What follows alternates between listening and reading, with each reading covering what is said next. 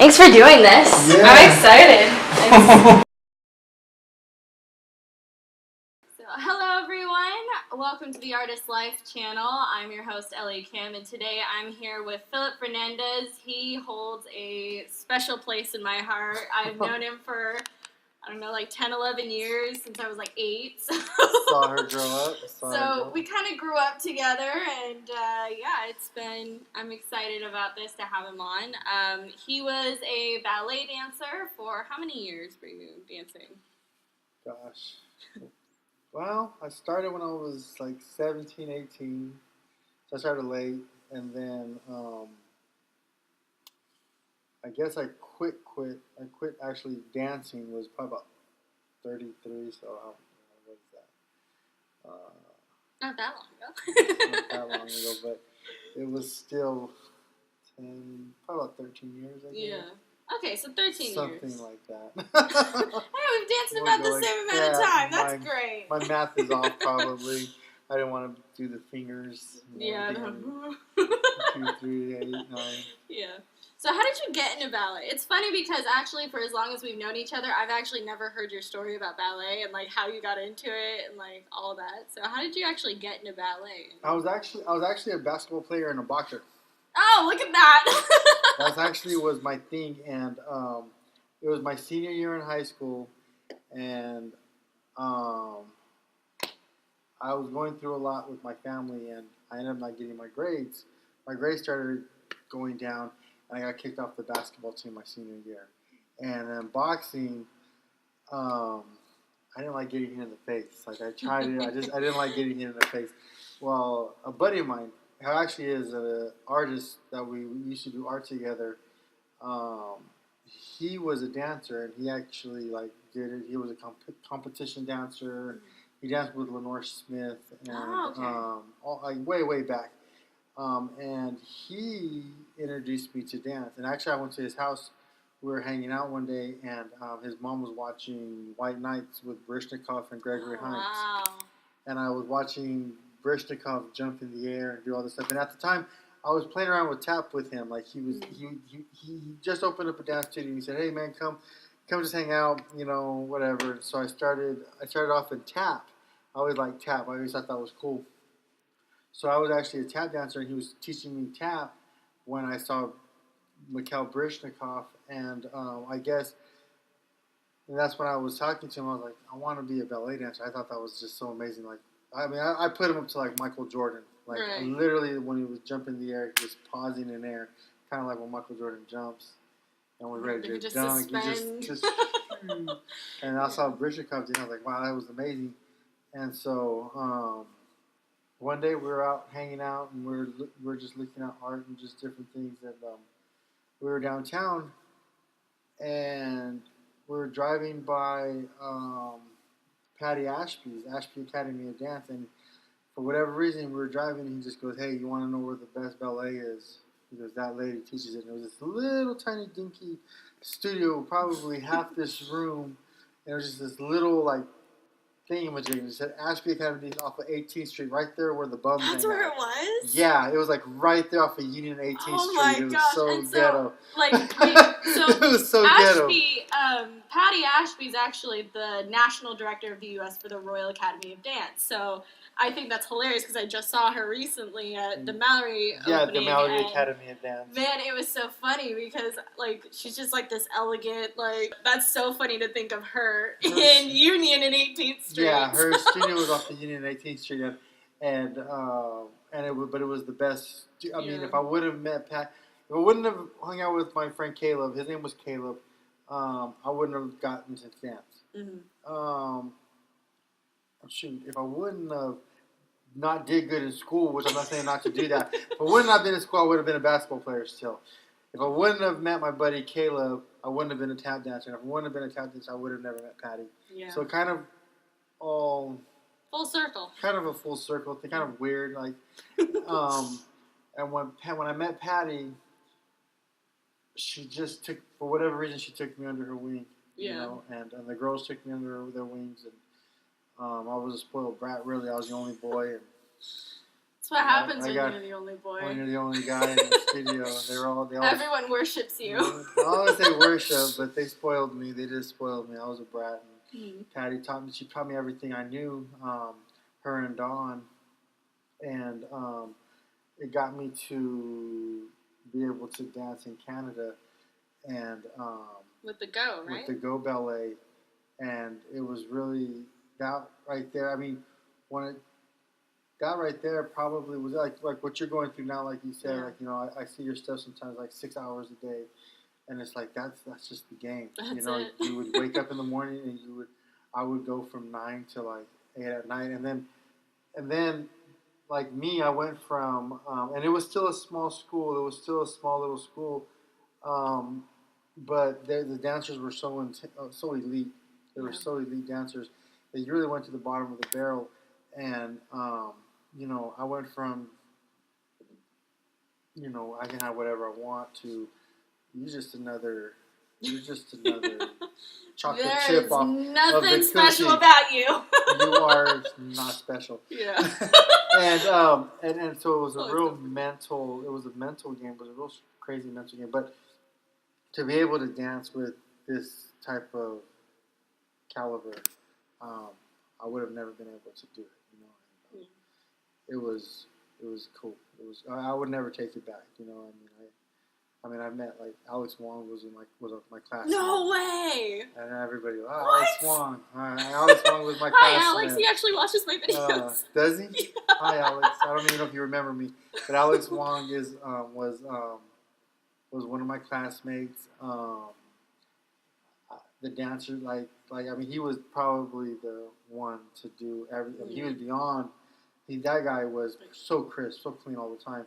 And he was a kid. He was a kid. He was like. I think when we danced, still he a kid. Was like 17 years old. We found each other on Instagram and we were messaging back and forth and stuff. And then I was like, oh my gosh, he's a dancer. So you think he can dance? No, he was probably one of. I mean, he took a lot.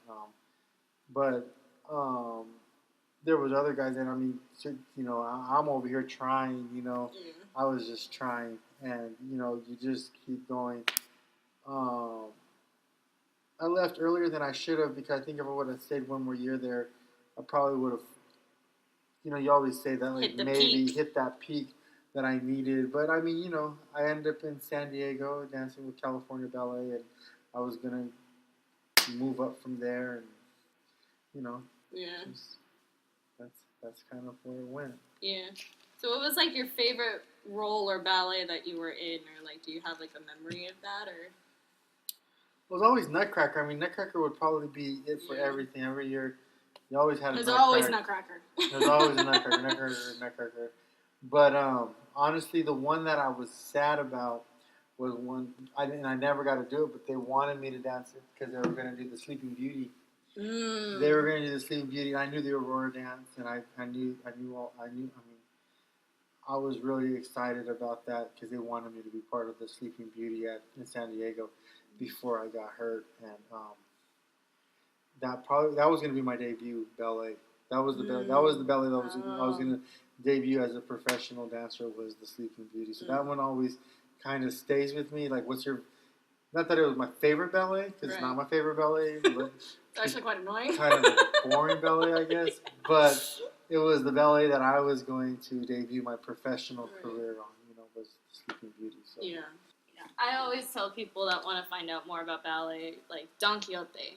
Go watch Don Quixote because go watch the Don Quixote. Yeah, it's very impressive. Well, the dancing has so much energy. You have to have so much energy. Yeah. And as for a male dancer, like if I was going to,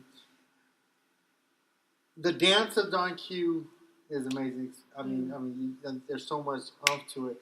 But if you're going to try to get especially a boy that's thinking about dancing, and you want them in ballet.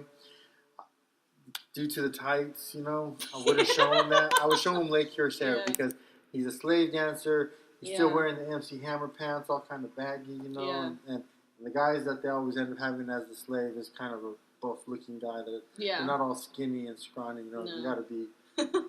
They hang strong. They gotta look tough, and you get them, and they're jumping in the air, and just the oomph to Lake Kirchner male dance.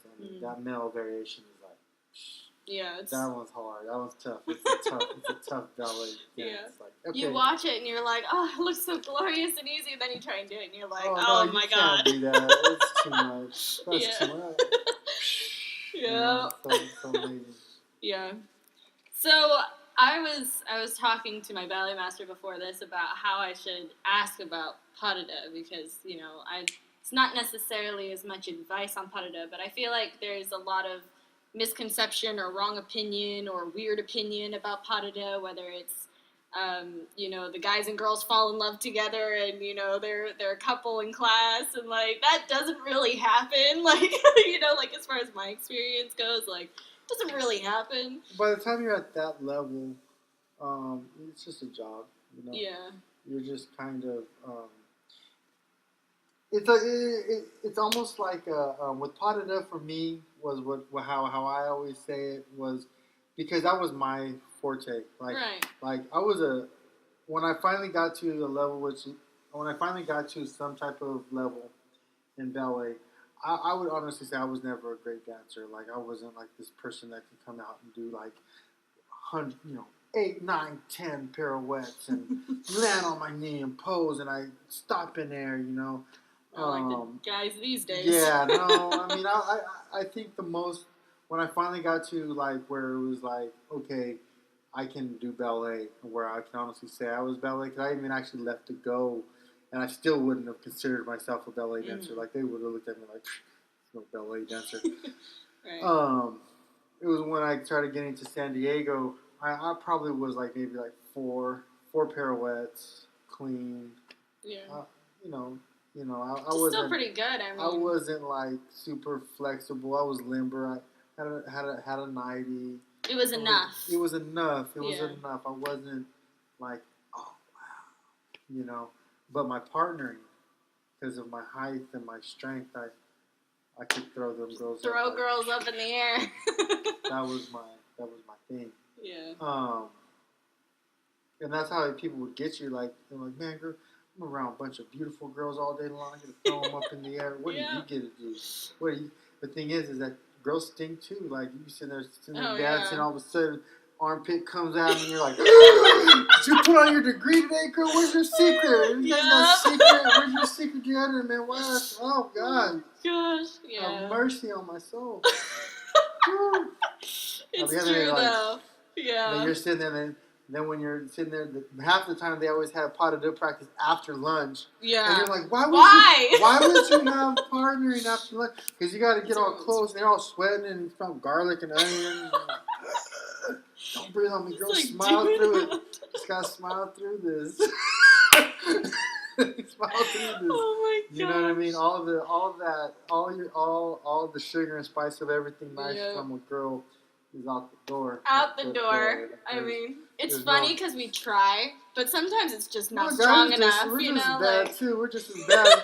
Come over there, you got like I remember one time I felt sorry for my partner because I forgot my other because you're going all day, right? Yeah. So at Go it was technique class at 9, right? Mm-hmm. And that would go from like 9 to 10:30. And then we'd have a break, and then I would have either men's class or another technique class until lunch, and then I would have a lunch.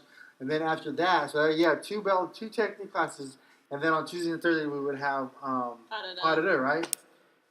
Well, I forgot my shirt because y'all wanted to change the shirt because you're sitting there and you're drenched in sweat, and I forgot my other shirt, and I come in and. Pardon me, I know there's very innocent people watching this. I look like I was in a wet t-shirt contest. And I walk into the ballet class and my partner's looking at me like, oh no. Hell. Yeah. Not gonna touch me looking like that. Yeah. Like, you're like, I don't got no shirt. I ain't got no other shirt, girl. And we had to do fish that day. Oh, that's the worst. So we were dancing. Oh, man. Just have all the goodness just. Yeah. See, like, the thing about pas de deux is that, like, people see it on stage and they're like, that's so beautiful, But, like, really, like, when you're up close and personal, like, you're not thinking, like, about, like... You're not thinking of where you're grabbing. It's so pretty. Like, no. You're not grabbing. Like, I remember, I mean, there's just so much. Like, don't drop them. Don't drop them. And you're like, you got to grab where you got to grab. You know what I mean? And, make sure everybody's dressed right for the part. Right. And half the time you're not thinking about where you're grabbing because before, like, ooh, yeah, you know what I mean? As a guy, you're like, ooh, you get to touch those butts and you get, you get a slip. You're like, actually. Yeah, you're not even, I'm not even thinking about it. I'm worrying, like, how am I going to get this chick down without dropping her, So, that's the realness of potted. Yeah. I mean, if you want to talk about emotions with your partner, that does happen. There's a trust. There's a trust. You're going to fight. You're gonna fight. You're gonna get irritated with each other because you're both going towards a goal, and you have to move in unison. Yeah. And you have to learn each other. So I mean, with that, I guess when you find that some people I don't see it. I mean, it doesn't happen all the time, but when it does happen, it's like it makes sense because you become vulnerable to the person. Yeah.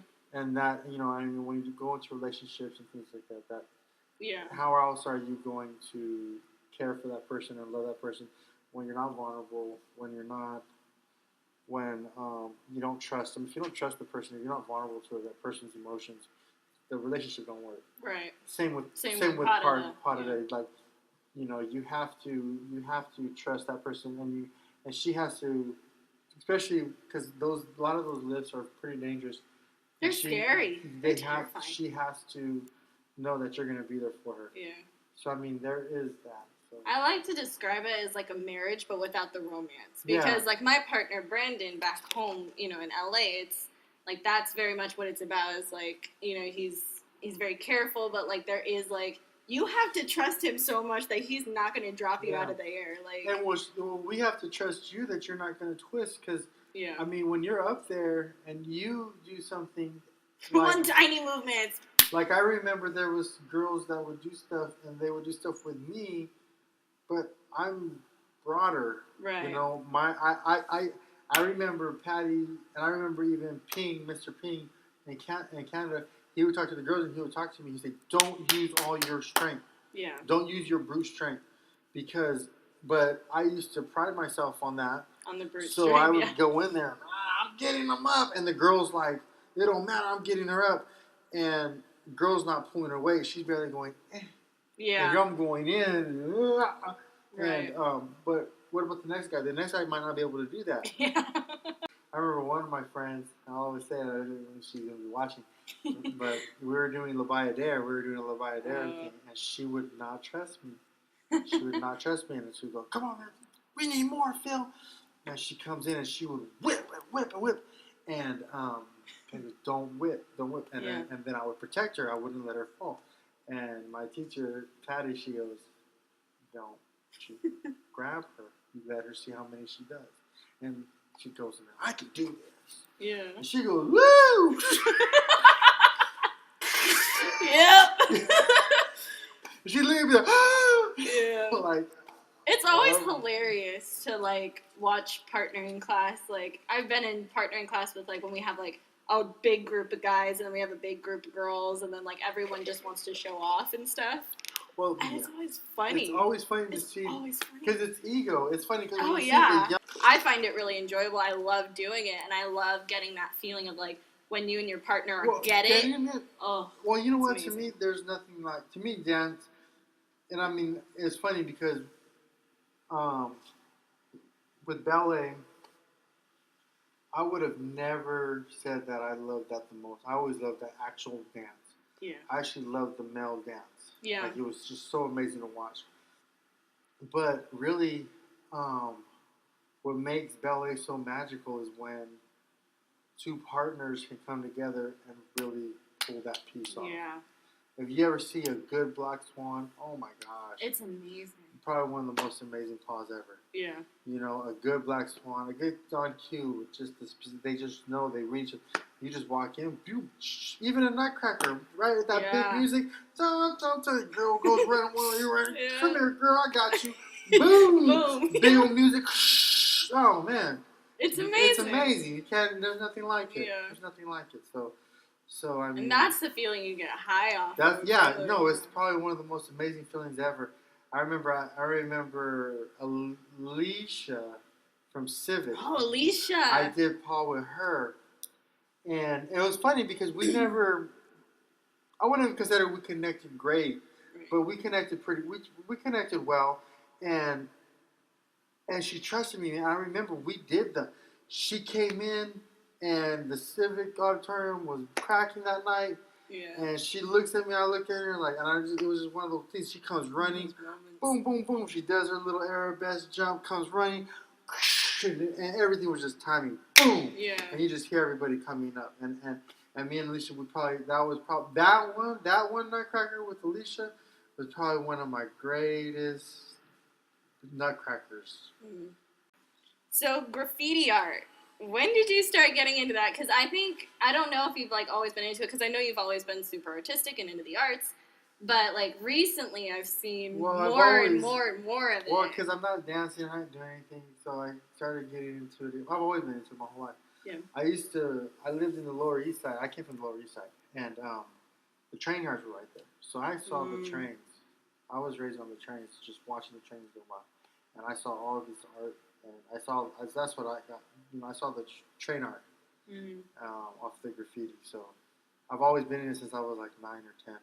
So it's been my whole life. But I just never taught. I never started like saying, "Oh, you know what? This is what I do. This is what I enjoy doing." I never did that. I just kept it hidden. Mm. But no, that's always been a passion for me. Graffiti's been there before dance was even in my life. Mm. It's so amazing because like I like look at your work and stuff and I'm like because like you did a couple things for To Love and Be Loved back in 2014. I don't talk now I talk about it now I a little bit now I'm starting to see myself as an artist because like I said I don't dance anymore. Right. So but I still need to express myself. Yeah. And it's a relaxing. That's it. Cool way. I keep my testosterone up. Everybody's in there like, all hip hop out. You gotta come in with your game face, like, oh, I got game face too, pop, straight me out. So to have that little competition with a good time, So that's cool. It's fun. It's fun stuff. That's so cool. I'm gonna have to get down there sometime. So what are you doing now? As far as life? Well, I finally bit the bullet. I'm in school, getting my teaching degree. I do art. I teach dance. I do teach dance. And I've been saying it for years. And I shouldn't say it now because if any of the girls or even like Valerie, any of them are watching, they're like, yeah, right, Phil. Because I've been saying this for years, and I'm going to finally get my teaching certificate. If Jana's watching, she's going to probably roll my eyes. Probably. Sure you are. But what are friends for, right? after 2019, because right now I'm getting I want my degree in elementary. I want to be a second or third grade teacher. Mm-hmm. I want to. I've always been like I'm done with dance. I don't really care no more. I mean, I hate saying that. It is what it is. Yeah. I mean, I'm all for passion. Go do your thing. Eventually, passions die. I'm never going to be wearing spandex again. So I don't really. It's just one of those things. It's just new interests, new developments in my life. But I just think I owe it to myself. I owe it to the people that believe in me. To have something in it, especially with the Royal Academy. Yeah. I'm Royal Academy, and I have nothing saying that I am Royal Academy. And now that I'm getting older, and I'm actually seeing like, hey, life might pass me by. I want that. I've always said I've been wanting that for years. Even in my 20s when I went on my adventure of the Go and San Diego Ballet and State Street and all those other little places that I got to dance at. I always said I wanted to have the Royal Academy emblem for myself too. And now that I'm teaching, I can always have it. And people say, oh, you know, whether I use it or if I don't use it, it's up to me. But I have it. And my girls that I teach for what I do, it's an after-school program. It's nothing big or crazy. I was a freelance teacher for a while, but I got burnt out. It was just too much for me. See, that's what I'm doing now. Yeah, it's a lot. Freelance everything. Freelance everything, but I mean, it's just, I always felt like, you know, with ballet's hard to just be a freelance teacher on because if you're not doing it, if you're not developing it, there's no point in doing ballet. Yeah. When these once a week ballet dancers, they're not ballet dancers. Yeah. They're just sitting there hurting themselves. So we have some questions that actually came in from you guys, and I asked you guys on Instagram to send in some questions. So we're gonna get into the Q&A side of it. So Christine asks, what inspires you? You know, I work with kids. I work with kids, and I work with behavior children that are less fortunate than most people, and then I work with kids that have families and are safe in their environments. And being able to work with both sides in both ways, working with these at-risk children, you know, it made me feel more grateful and thankful of where I came from and what I have and what I had when I was a child, what I have now, and where I'm going, because I had a good family. I had a good family. I had a good father and mother.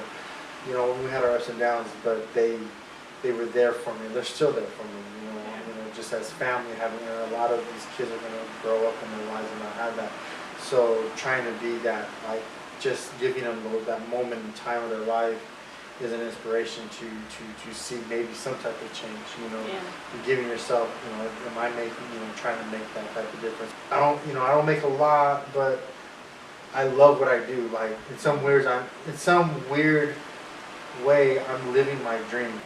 So Josh asks, if you had the power to change the male uniform, would you? The male uniform? In ballet. No. That's masculine. And yeah. Even if you are a rose in one of the, how are you a rose in one of the dances? It's masculine. I'm masculine, there you go, I'm masculine. Yeah. You're the roses, the flowers, and the waltz of the flowers, and Nutcracker, the roses in what is it, Sleeping Beauty? So Matthew asks, how well educated are you in ballet history? I'm pretty self-educated. I studied. When I was about ballet, I was about ballet. I know the history. I know where it came from. It came from Europe. It came from France. You know, the French were actually the first. The Italian. You got the French school. You got the Italian school. You got the Royal Academy school. You got the Russian school. I know the Russians gave their teachings, their schooling to the Cubans because of communism. All the communist countries at this time, with their arts, they expanded on that. China had the Vaganova, Cuba had the Vaganova. I know a lot of dancers defected to England, and that's how the Royal Academy came up during the World War. Actually, came through World War II in the 1940s is when, and they took all little pieces except for the French. I don't think the French gave a piece of their schooling to the Royal. I think it was all Cicchetti and Vaganova. I think those were the two schools that came, but they came when they defected. They came from, because it was a communist. They came to England, and that's when they developed the Royal Academy. And it was during the World War II era. So I mean, yeah, I can break down some ballet. Yeah, that's cool. See, I always say ballet is a very political thing, and people are like, what? No, it's very political. That's why I said, like, I mean, when you look at like the heart of the ballets, like the Chinese, and especially the Chinese and the Cubans, they're Russian based. But when you look at their countries, they're communist. was Russia's communism. Yeah. So when the people came to invade or to come and take over those countries, or they became they were politically influenced by Russia, they also brought their arts. Yeah. And that's where how the Vaganova came in. And then when they, these Russians, they defected and they come out, and that's how like Balanchine brought ballet to America. And he didn't even want to be. He didn't even think of, everybody considers the Balanchine a style of a school. Yeah. The Balanchine schools, right? And it's a technique. It's a technique, but he considered it not being a technique. Mm-hmm. He was a choreographer. Mm-hmm.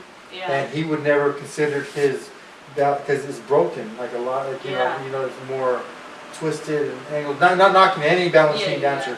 Like, so if anybody comes in and watching Balanchine, like, how dare you say that about Balanchine? Like, I'm not saying that it's wrong. It's different. It's different, and it wasn't based upon the basic schools. Yeah. It was its own. It was its own. It's its own, and it came and he brought it to American Ballet. It's American Ballet, as Master Pegler would say. Greg asked, what was your dream role in ballet, and did you ever get to perform it? No. Kind of talked to this earlier. Unfortunately, I didn't. There was two that I always wanted to be. I wanted to do the Swan Lake. I wanted to be a swan. I wanted to be Swan Lake, dance in Swan Lake, and I also wanted to be the slave in Lake Corsair. And I never got to do those. But I think those would have been my magical roles. Magical one. So the last thing I wanted to ask you was, what's advice that you could give the next generation of rising artists, the dancers, the people that are coming into it now? Believe in yourself, number one. As cheesy as it sounds. No. You know what? Because you're going to go through a lot. Yeah. Don't ever ballet, whether it is competitive, because everybody wants that role, everybody wants that spot in the companies and everything, or even in the schools and everything.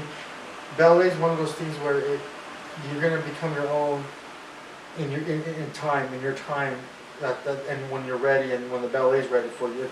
It's you got to respect it. Like, if ballet is not ready for you if ballet is not accepting you, then you got to keep going. Yeah. And eventually you will become one with it. Yeah. As weird as that sounds, but it's true. Like, just develop, and you're going to become one with it, because it is. You're fighting natural movement to become a ballet dancer. So defying gravity at all times. Gravity of all time, and how you're doing unnatural movement.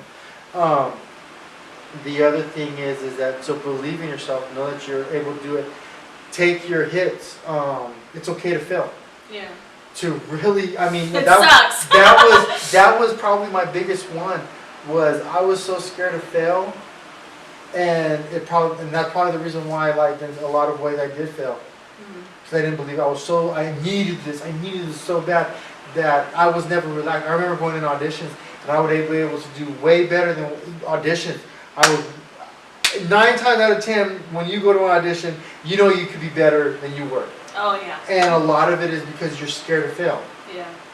You're scared to fail, so you're failing, trying not to fail. So if you just accept whatever happens, and just give your best and enjoy what you're doing. Enjoy it. Yeah. Those are probably the biggest things. You're not always going to get the roles. You're not always going to make it. And it's okay. And be okay with that. Have a second plan. Have a second plan. Not everybody's going to make it. Yeah. Unfortunately, not everybody's going to be that great dancer. Know what you can do in it. Enjoy it, and have a second plan. Make sure I remember Patty, like, when I went to go was probably the best and worst thing I've ever done. Choices I made in my life, because I wanted to be a professional. I was going to be a professional dancer. I didn't care. And Patty was like, no, check out. Because I got accepted to Alvin Ailey's college. And wow. Yeah, the same time I got to go, and she's like, you get a degree here. Like, no, I'm going to go over here. Yeah. I'm going to be a ballet dancer. This is what I want to be. Or, check out Boston Conservatory. She was always giving me the other ideas to get a degree in dance and have that. That's what I have. So you can have that. Have that education. And nope, I wanted to go. And she's like, okay, go. Good luck. Got my fingers crossed with you, girl. Don't beat yourself up if you don't make it.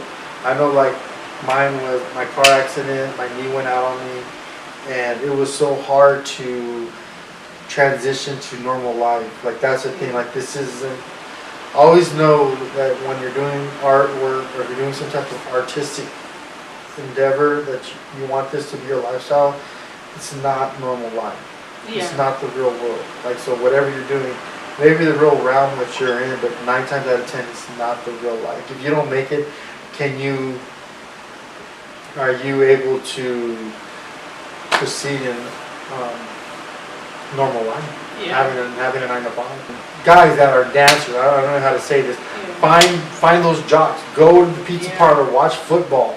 You know, have that understanding where you know you can hang out with other people, because when dance is over, you're gonna need to be able to handle. Because there's so many dancers like me and my friends that were male dancers. We were like, after we go practice, we'd go home and we'd watch Don Q also, and we'd go, and all we ever talked about was ballet. And then when I didn't make it as a ballet dancer, and I had to hang out with guys that, that most guys aren't into ballet, they're all looking at me like, so what team you like? Oh, a one team, the blue jersey on. And I mean, as silly as that sounds, I mean, you need to have that camaraderie with people that aren't just what you are. Well, thank you so much for coming on and for sharing with me and for answering our questions. And thank you guys for watching.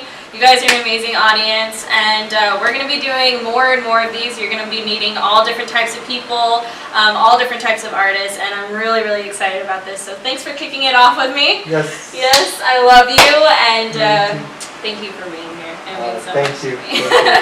And thank you guys for watching. We'll see you next time. Bye.